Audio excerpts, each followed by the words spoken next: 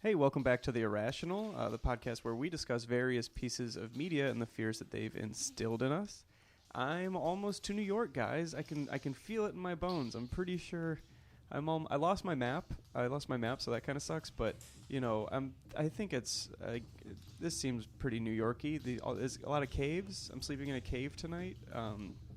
It's a nice cave. It's pretty good. It's warm enough. I think I keep. I'm not sure if I think I hear drums pretty frequently. The darker it gets, the louder they get. That's kind of unsettling, but who doesn't love music?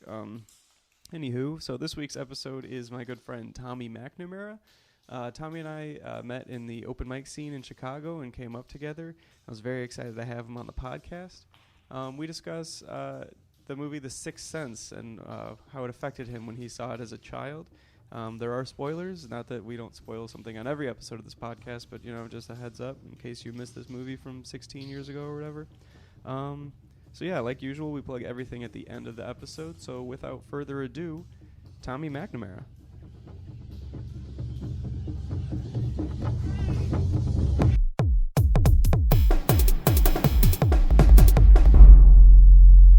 How was the show last night?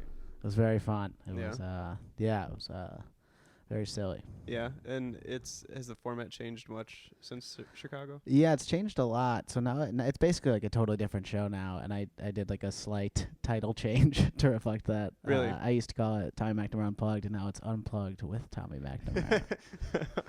Which no one noticed. No, I certainly didn't. Like, now that you've said it, I'm like, oh yeah, I guess it is different. Yeah. So now what I'm doing is basically up top I'll do stand up for a few minutes and then do one song or something, and then I'll bring up two comedians, and then I'll do like another chunk where I do songs, and then I'll bring up two more comedians and then end it with a song. Okay, cool. So that, I guess that does make it, at least within like the community, it gives it more of a, I don't know, more leeway in like you repeating the show. Exactly. Yeah, because I'm doing it monthly now, so I didn't want to just keep doing like, hey, here's me for an hour every month. And half of that is you singing songs. Yeah. There are comedic songs though, so it still fits. Yeah. But yeah, it's been really fun, and I hope I can keep doing it. It's very cool. Okay, your piece of media was The Sixth Sense, yeah? Yes. And how old were you when you saw it? I think I was somewhere between like 10 and 12. Okay. I think I was 11, Yeah. but I wanted to give myself some leeway. Yeah. I was probably close to there. I think I was a little older than that. I saw it when it came out on DVD. Like, I didn't see it in theaters. Yeah, I saw it at a friend's house on a sleepover, and I remember it very vividly because my mom was very mad that I had watched it. Really? Because I don't think I would have been able to watch it if I was at home. For sure, yeah. Like, correctly in retrospect. Yeah, absolutely. That's like when I was a kid, my mom was talking about to her sister, my aunt. She was like, oh, like, yeah, Charlie was talking about the Batman movie, and he said it was kind of scary and stuff like that. And my aunt was like, why would you let him watch that so young? Like, that's a movie with adult themes. What and stuff. Batman? Did she say adult themes? No, I don't know. But it was like one of those conversations where she's just like, that's too adult for Charlie and stuff like that. I forget which Batman it was. It was like, I think it was like the first one of the live action Batman movies. The Michael Keaton one? Yeah, that's a great movie. Yeah, so it was probably the Michael Keaton one. It'd be great if your aunt worked for like the MPAA, and that's just how she talked. Right, it has strongly suggested violence. There's drug use in that movie. No, but so she's like that's kind of adult movie. I don't think you should have seen that. Isn't that rated R? And my mom's like, he watched it at your house with your children. She tells that story all the time. I hear it like 3 times a year. My mom, not my aunt. I think it's funny, like, my parents, at least, I don't know if this is true for every family, but like I was the second oldest of 4, and they were like pretty strict about what we could watch, except for like The Simpsons we watched every week. But but then by the time we get to my brother, who's like 8 years younger than me, like 4th kid, it was just like whatever. They just like he saw Funny People in theaters and like. Oh wow. Yeah. Yeah.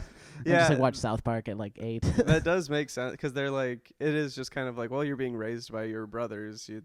You're gonna see what they're currently watching. Exactly. And at the end of the day, I think you can only keep people from things for so long. Yeah. Yeah, I mean, I don't know. It's would she rather have her son see it with with family or at a friend's house? I guess it wouldn't really matter. Yeah, yeah, it's like the weird drinking thing. Like, well, I'd rather he does it in the house. Yeah.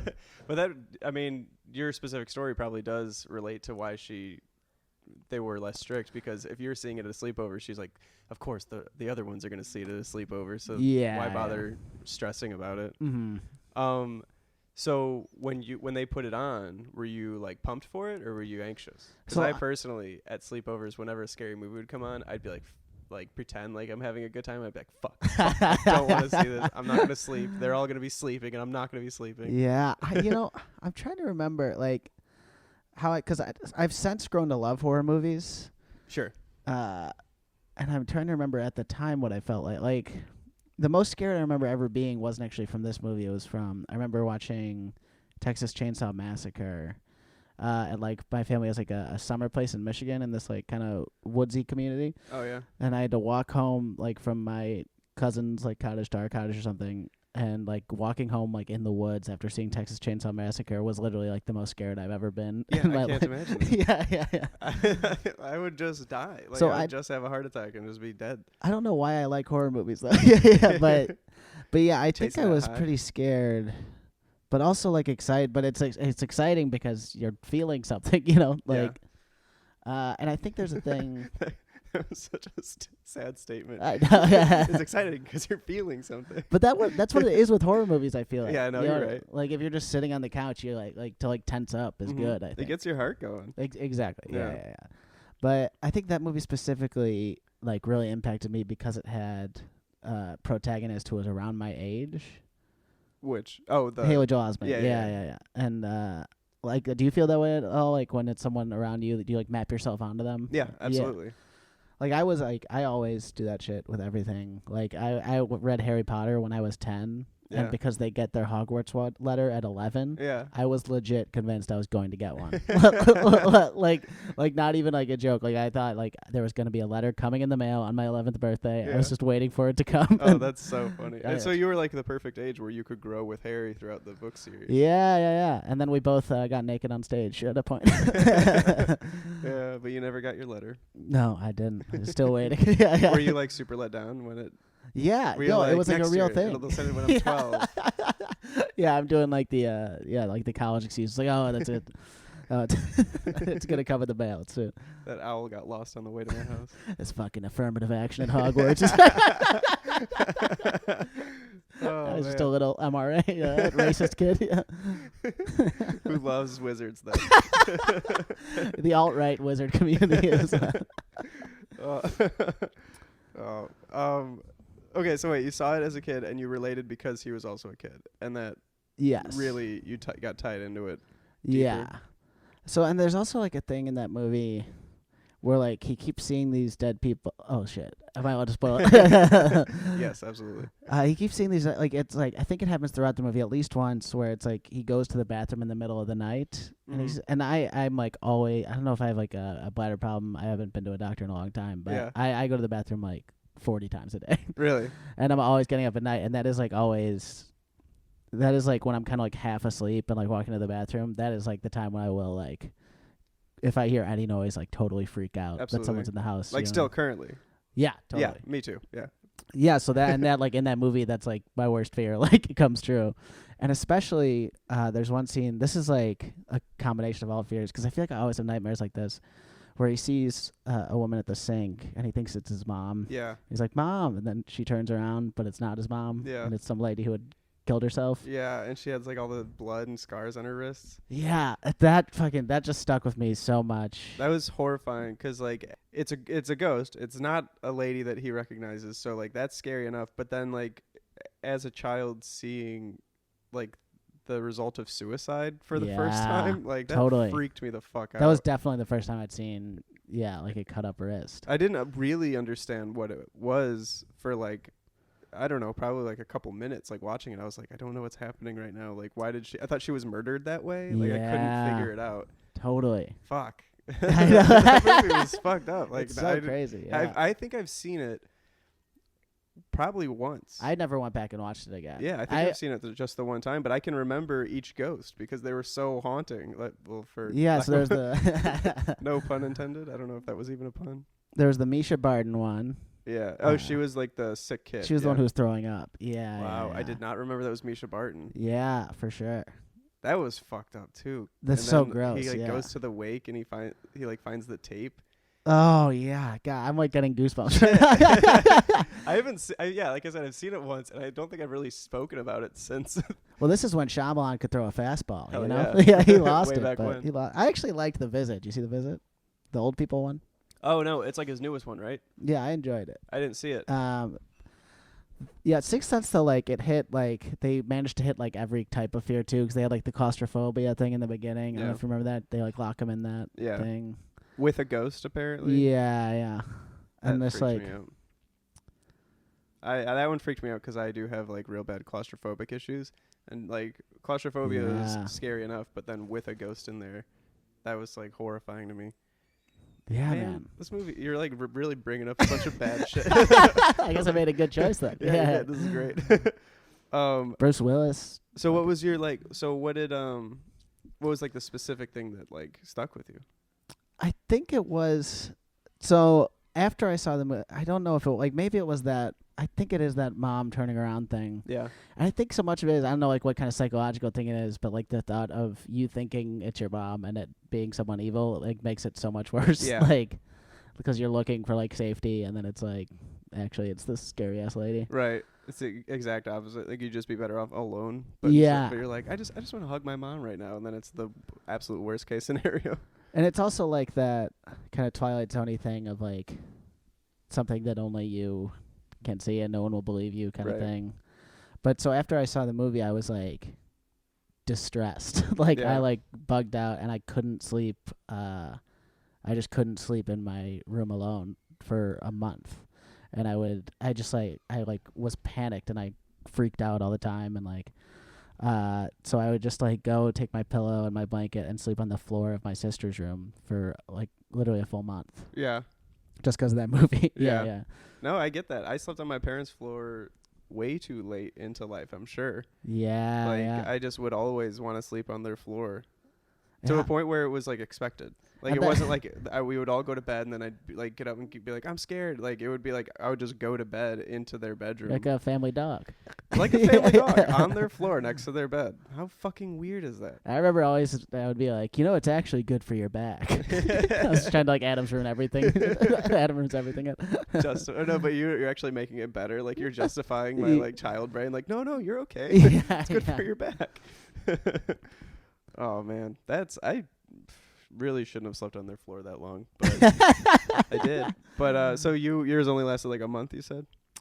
Yeah, and then I don't know what was yours where you would go to bed and then wake up scared, or was yours like expected like mine, where you would just start your night? I couldn't fall asleep was the problem. But I mean, like, would you try to sleep in your bed and then go to her bedroom? Oh, okay. Yeah, so you at least made the attempt. Yeah. Yeah, and then I remember my parents were just like, God damn it, why did you see this movie? Yeah. It's so dumb. Yeah, I used to love all those Shyamalan movies. Until I loved Signs. I was obsessed with Signs. I liked Signs a lot. I never, even as a kid, aside from like the idea of like the jump scare, I never found it scary.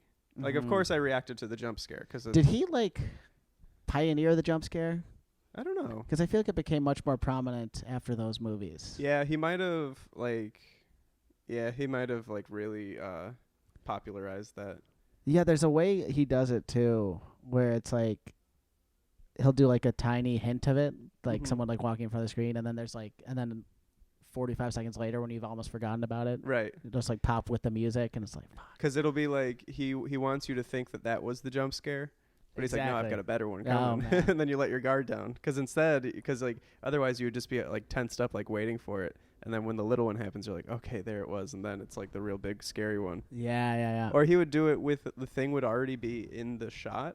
And then it would move, but you didn't notice it until it moved. Like, I think like in two examples in Signs, there was the footage of the birthday party. You remember Oh that? yeah. I think it was like the alien was, you can't really see it because it's camouflaged, but it's already in the shot, and then it just moves. And then also later in Signs, there's like the hand dangling out, and then it reaches over and grabs somebody. Now I want to watch Signs. Yeah. Those were, I mean, he got formulaic and boring, but he used to make fun shit. Oh yeah, and they And were like even the events. formulaic and boring ones they were so fun in a way. Well, just to have like blockbuster, like now horror movies are either torture porn Yes. or like gimmick, like Paranormal Activity, like.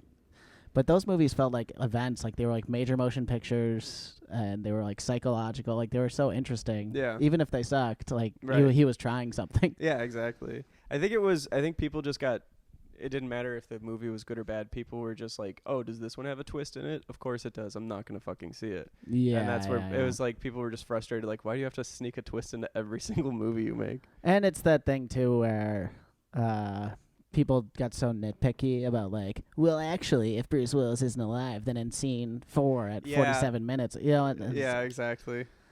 And it's kind of like I get that they should, like, I know that like some shows work really hard to make sure that they don't have any of that, but I also think we should give people some leeway. Yeah, they're trying to entertain us. Yes, it's 'em a entertainment. break. Yeah. It's very difficult to do. Imagine writing a story with that many scenes and you want it to be complicated and you have to get every single thing perfect. It's like, or like people just complain about like simple stuff like continuity errors, like, oh, the glass is now empty, and it's like, Totally. it was full a second ago. They couldn't have drank it that fast. It's like, shut up. Who cares? Yeah. I like noticing those things, but in a fun way. It is fun I when don't you notice. complain. Yeah, like yeah. I'm never gonna be like, fuck this movie. Yeah, it's like there's like all these people who like take down The Dark Knight, but it's like, do you remember how fucking cool it was seeing that Joker in The Dark Knight for the first time? Right, It's exactly. like, I don't care if the scenes don't make any sense. Yeah. It's just like sick. There like there's one that I think he did intentionally that, like, what was it? He goes in a tunnel and it's daytime, and then when he comes out it's nighttime. But he did that intentionally because he was like, I want to keep this movie moving like smoothly. I don't want to have try to figure out a way to where it's like, well, and this is what he did for 6 hours until the sun went down. So he just did that, and people got pissed about it. It's like, shut up, just let the movie flow. It's so it's like there's nothing more like flaccid than like correcting a creative venture. Yeah, you know? exactly. I think that's why people got tired of Neil deGrasse Tyson really quickly. Yeah, Because it was for like, sure. at first it was fun. It was like, oh, look at him, he's pointing out all these flaws. And it's like, okay, we get it. The sky wouldn't be like that in this night. Just shut the fuck up already. He's like, E.T. couldn't actually be real. It's like, all right, shut up. He was mad at BB-8 from the new Star Wars movie. He was like, well, actually, a metal sphere like that wouldn't be able to get any traction in sand. It wouldn't be moving around that smoothly. And everyone's just like, okay, we get it. We get it. We're going to enjoy this movie, though. I feel like he's really like, I don't know. I feel he's just he's whined himself out of popularity. That's great. Which I used to like him a lot, and I still do. I don't like hate the man, but I'm just like, I don't care. This isn't fun anymore. The Go back to being a scientist. the fetishization of science has been a real It's a interesting weird thing one. to see. Yeah. It's weird. I feel like things like fetishization is like a more Such a hard accurate, word to say, by the It way. is a hard word to say, but that is a more accurate word than just fad, because like it really gets, it's just more intense than a fad. Like the whole like zombie thing, that was at a time where the internet wasn't such a part of our lives, I guess, so where it could happen a little bit more slowly. And then now I feel like with the internet, everything happens super quickly and super intense, and then it burns out hard as fuck. Yeah. So like with zombies, at first like I was a little frustrated or at first I was pumped because I used to love zombies, and I was like, hell yeah, they're gonna become more popular. And then it got to where everything was oversaturated, and I was like, they're ruining zombies for me. Well, I like that show Talking Dead. Oh yeah, But I don't like Walking Dead. Just Talking Dead. Yeah. Just like people talking about a show about zombies. That's what I like to see. That makes sense. But I mean, see, that's Like more of that. More people talking about zombie shows. It shows that you don't have to sit through though. But I've never been like, I've never been someone who likes zombies or something. I always I like an author or like a director, I'll find someone and then just like obsessively follow them. You like a person and their work. You don't like a genre of media. Or something Yeah, like like I've talked to you about. I got really obsessed with Stephen King when I was younger. that. Yeah. And I would just like stay up late. I tried to go through like basically every Stephen King book when I was like maybe 14 or 15. And that was like so rewarding, and I just like it's so cool to like actually follow someone's career in that way. And now It I just is read every cool. book when they come out. It's like I tried to do that 'cause like any straight white American male, I was real into Fight Club, the movie, Of course, yeah. and then I read the book. Another movie that people need to correct. Yeah, oh yeah, yeah, absolutely. But I read the book and What's that author's name? Chuck Palahniuk, and the book was great. It was also a short story. Well, it was like it's between like a book and a short story. Like it's Is a it pretty novella? short book. I guess novella would be the word for it. And that was fun. Like I really liked it. I liked the movie better. And it turns out Chuck Palahniuk likes the movie better than his book too. Oh wow! Yeah, I think that's really interesting. He just he prefers their execution to the story that like the idea that he had come up with.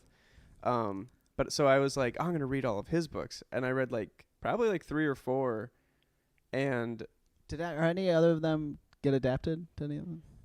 Choke, but it wasn't a major blockbuster. It was like above an independent movie, but it wasn't like a. Oh, it was real, it was the Game 7 of the NBA Finals for the Warriors. How you yeah, guys for doing? sure, Oh, totally, come on. absolutely. I have no idea what any of that just meant.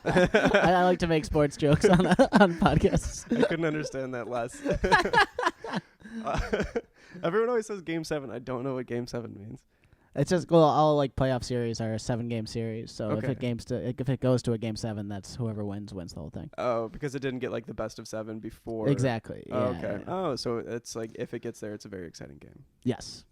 Gotcha. See, now I know. I'm learning. Thank you. Wow. What a You're the day. first person to teach me something on my own podcast. All my previous guests were too fucking lazy. God damn. Wait, what was I? Chuck Talking Palahniuk? about Chuck Palahniuk, Choke. Oh yeah, Choke. So that was a fine movie. The book was better. But then as I kept reading his books, I started. They were. It kind of felt like he would try to put in a weird twist too, like how people got tired of M. Night Shyamalan.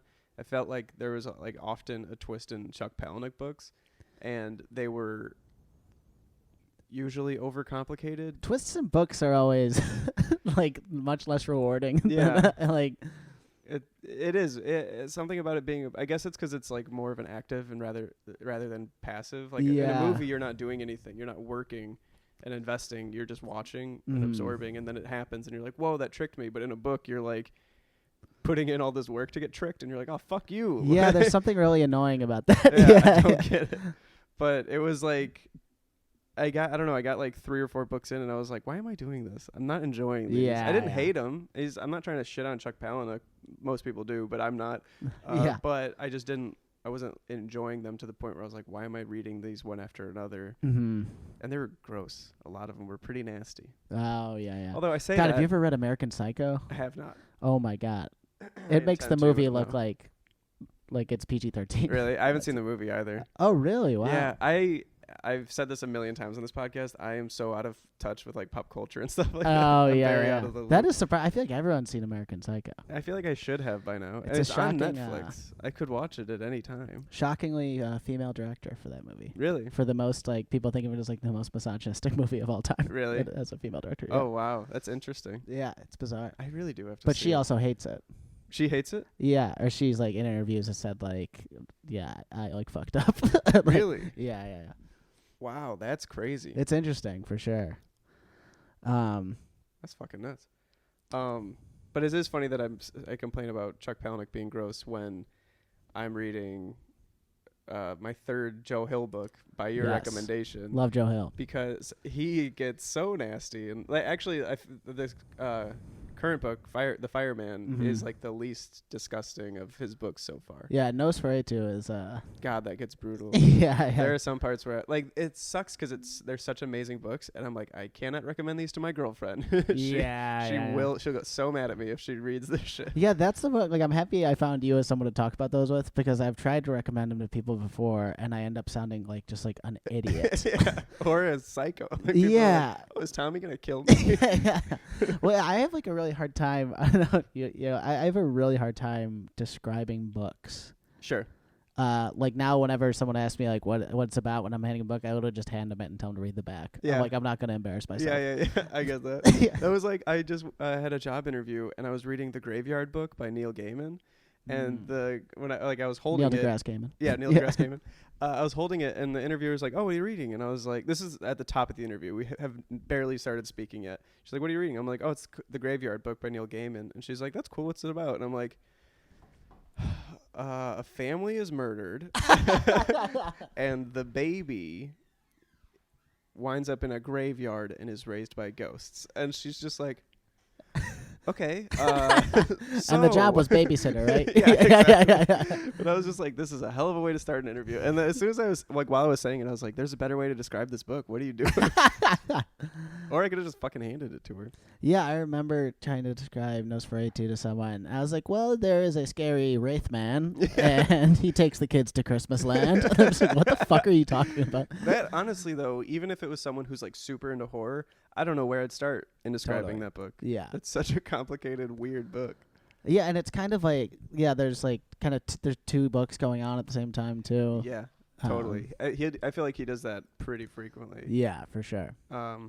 Yeah, it's very complicated work, but I love it. I keep picking up 700-page books, and then I'm like, why am I doing this to myself? Yeah. Like, I enjoy it, but it's also like carrying it on the train. It's just like... It's so brutal. And it's like, cool, like I have to spend 2 months reading this heavy-ass book. That I can usually talk to no one about. Yeah, exactly.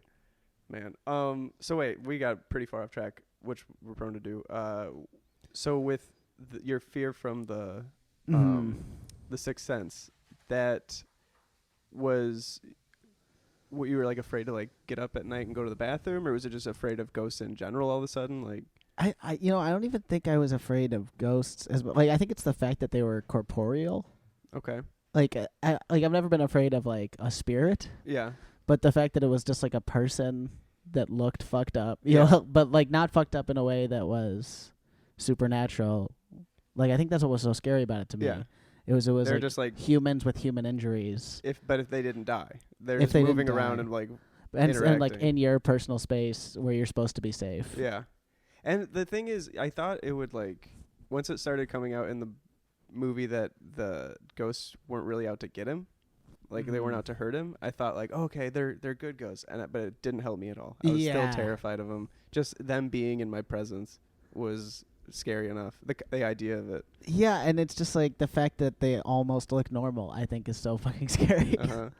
And then it's just suddenly like they turn around and there's like the gunshot wound. God, yes. Head. Oh my God. Yeah. The kid playing with the guns. Yeah. God damn. Shit. Fuck. That's every time we talk about it, I then just like zone out. Yeah, they hit on like movie. everyone. Like gunshot, wrist, sickness, just like all of the fears you could have. Munchild. I don't know. The syndrome yeah. She like was poisoning her to like make herself feel better, like as a nurse or something. I don't fucking know.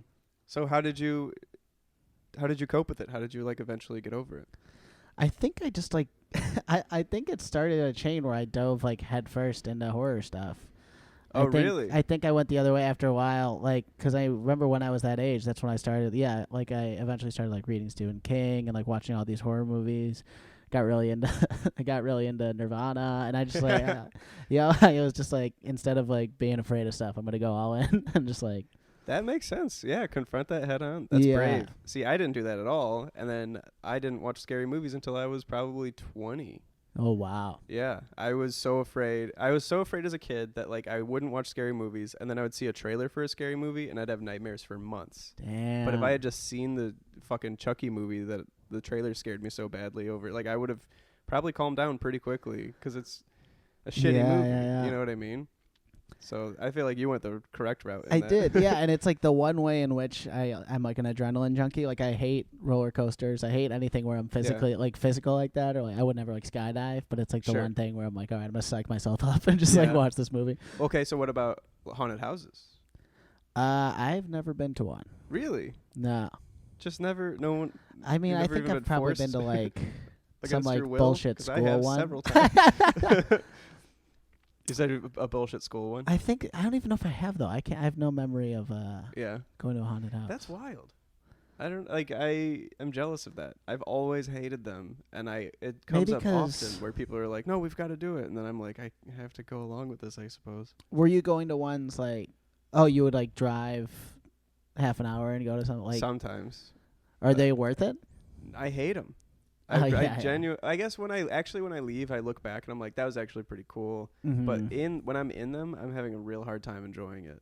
Yeah, I don't know why. I know it's all fake. I'm a fucking grown man. You know, with an asterisk next to that. but I just hate being in haunted houses. Do you see any appeal to them? Like you being a horror fan? Yeah, I think I would enjoy it. I've just never done it. Yeah. We should go this fall. Yeah, that's fine. We'll go, and then we'll do a mini episode where we talk about it. I watched that. There's a movie on Netflix about these like 3 people in Massachusetts who's like basically they like spend their entire year getting ready for their haunted house. Like it's like they devote their lives to it. Really? And it's really fascinating. Yeah. Just like what kind of people would do that. Yeah, exactly. Because it's I don't know that I would want to meet those people. Yeah, but I had like one of my best friends growing up. Her mom was like obsessed with like just having like amazing Halloween decorations, and I always thought it was cool because it was like she just put in so much effort. And it was awesome. Yeah, my mom did too, but my mom's stuff wasn't super scary. Like it wasn't like actually scary. It was like kind of kitschy and like that's how my mom like people would drive from like neighborhoods over to come take pictures in front of our house. Totally, that kind of thing. Yeah. I don't know. I always enjoyed Halloween, but haunted houses just freaked me out. But like even so, like we'd go camping every year for my birthday, and like the whole campsite or campgrounds would be done up like I've talked about this surprisingly like 3 times on this podcast. It's like the whole campground was done like it was Halloween. Like people would decorate their campsites and then you go trick or treating. But like 2 or 3 of them. That sounds like a nightmare to me, by the way. Yeah. Because I hate camping. Okay, well. Yeah, I don't know. It was like an in-between of camping. Like we had electricity and shit like that. But it was still camping. It was still definitely camping. But people would build, like, literally build from scratch, like structures to create haunted houses inside of. And those were surprisingly terrifying. Like you'd think they'd be shitty and like half-assed, but like these people, it was probably like similar to like those people in the documentary. Like they lived for this. Yeah. They would just build a structure from the ground up to create a haunted house in a field, and then they tear it down 2 days later. It's so weird. I think the reason I'm like not into that much is because I got so into like true crime also. Yeah. And so I just think like an abandoned neighborhood is much scarier than a neighborhood where everyone is trying to scare you. Yeah. You know what I mean? Yeah, that makes sense. Because if you're trying to scare people, you probably have some sort of mental, like you have mental health. Like, yeah, exactly. But if you're like, no, I want to be in the abandoned neighborhood and stay away from people, it's like, I don't want to go near that guy. Yeah, if I'm just like walking home by myself, that's scarier than walking through a haunted house. Yeah, I get that. Because it is like a mystery of like what is there or like what could be there. Yeah, you know, rather than in a haunted house, everything's like in your face. Mm-hmm. Yeah, those are actually like the scariest rooms to me when you walk in and there's nothing scary right away. Ooh, that's when I start freaking out. Yeah. Man, let's do it. Let's go out to a haunted house. I would actually do that for sure. Are there? I mean, there's got to be some cool thing in New York, right? Yeah. I don't Can't know. Imagine. I don't know. We'll find it. Okay, so like, you dove headfirst into it, and then you dove headfirst like as a kid, like into the. Yeah, I was like as I was growing up. Yeah, I just kind of got really into. I got really into horror. Got really into true crime. Yeah. And I think it definitely took away its power a little bit. Yeah. And I was able to sleep, which is like the only that was the key thing. Like I would still get scared by stuff, but I could like separate it from reality. Yeah, for sure. Did you like? So you had like a hard time falling asleep as a kid and stuff. Did you have to do like any rituals? No, I always just like would read. I always just read until my eyes can't read anymore. That's what I did when I was younger. Yeah. I, as a kid, tried that, and I couldn't do it because the light hitting the page of the book illuminated the book too much to where I couldn't see the rest of the room. And it would freak me out. Interesting. I couldn't like focus on I kept having to like put it down to look around the room and stuff like that. But I also have no idea how much sleep I was getting. You know what I mean? Because sometimes if I'm reading like a Stephen King book or something, I'll like just tear through it because they're so like fast paced and like, you kind of have to. But and then you fall asleep and it could be midnight. It could be 3 a.m. Yeah, exactly. And you know what happens at 3 a.m.? No. I must be lonely. Is this a song? Matchbox 20, baby. Damn it. See, pop culture. I just don't get it. So do you still have any like so you said when you get up in the middle of the night you still feel that weird like sometimes yeah I think it's only when I'm like kind of in like a drowsy state. Sure. You know what I mean? Like if I'm not like sharp and like the slightest noise I'll just like full jump turn. Yeah. And then I'm like I'm a fucking idiot. And I also have like nightmares that where I'm like truly convinced that it's happening in real life and I'm not going to wake up. And like someone's coming into my room. Like, do you ever have nightmares like that where it's taking place in the place you're at? Because that's fucking the scariest thing in the world. Yeah, that's definitely the scariest thing. Because you're not in some like weird forest. You're just like, nope, I'm in my room. This person's there with me. There's nothing I can do. Yeah, because there's this thing where like when you are sleeping, the critical part of your brain shuts off. So that's why in a dream you fully believe like that the weird shit's happening. Like you walk out your front door and you're like on the moon or something like that. Your brain doesn't go, wait a minute, I don't live on the moon. Like your brain's just like, yeah, this is real. But it's still your fucking brain. So you can kind of catch things like that. Like be like, wait a minute, this is a little weird. So when it's like everything is realistic, that's absolutely terrifying because there's nothing to tell you that this is fake except for the scary thing. But you're not going to look at the scary thing and be like, I don't know if this is real. Yeah, that's terrifying. I'm the opposite with when I get up and go to the bathroom. If I'm in a drowsy state, I can usually breeze right through it all. But the more I wake up, the more I start thinking about the scary shit. And then I'm like full awake and I'm just like, fuck, no, I'm like scared right now. 28-year-old man afraid in his kitchen. Man, that's a nice subtitle for your autobiography. 28-year-old man. Charlie Roar. 28 man. Yeah, that's perfect for me. Yeah. It's crazy though that like I'll watch like any horror movie, but I like won't go back and watch this movie, even though like I know I just should. Oh like, yeah. Yeah, it's like the one thing. Like I watched like a 2-minute clip from it today, and just like even that, just like. Do you think it would shake anything out? Like.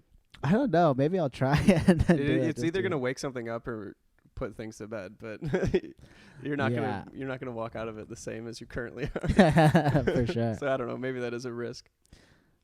Yeah, I don't know. But so you dove headfirst into other horror, but you still couldn't revisit this? Yeah, it's like this weird like it's like the one, not sacred, but like the one thing I'm like afraid to touch basically. Yeah. I mean, I get it. It was pretty haunting. God, I keep saying the word haunting and feeling like an idiot. And it's funny that now it's like almost a punchline, that movie, but like at the time, it was just like... Yeah, well, I mean, it's a punchline in that it has to be like huge and important for it to become a punchline. You know what I mean? Totally. I mean, you could look at just like fucking 9/11, for example. It's like, why is that a joke? Talk about a twist. Suddenly it becomes this huge thing that every single person knows about. So everyone has to figure out a way to make it a punchline. So it is weird though when you look back and you're like, this is this giant movie that like changed the landscape of movies. Yeah, and now the director's just a buffoon. Yeah, laugh at the concept of it. Yeah. He is a bit of a buffoon. I liked that he would put himself in his movies. Yeah, I don't know why. I think because he thinks he's Hitchcock, right? Does he think he's Hitchcock? Because Hitchcock would put himself in his movies. Yeah, I guess he did. Who else does that? Quentin Tarantino?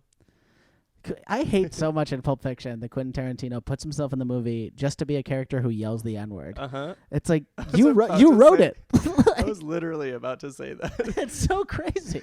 Anytime I see him pop up in any of his movies, I'm like, cool, he's going to say the N-word in the next 2 minutes.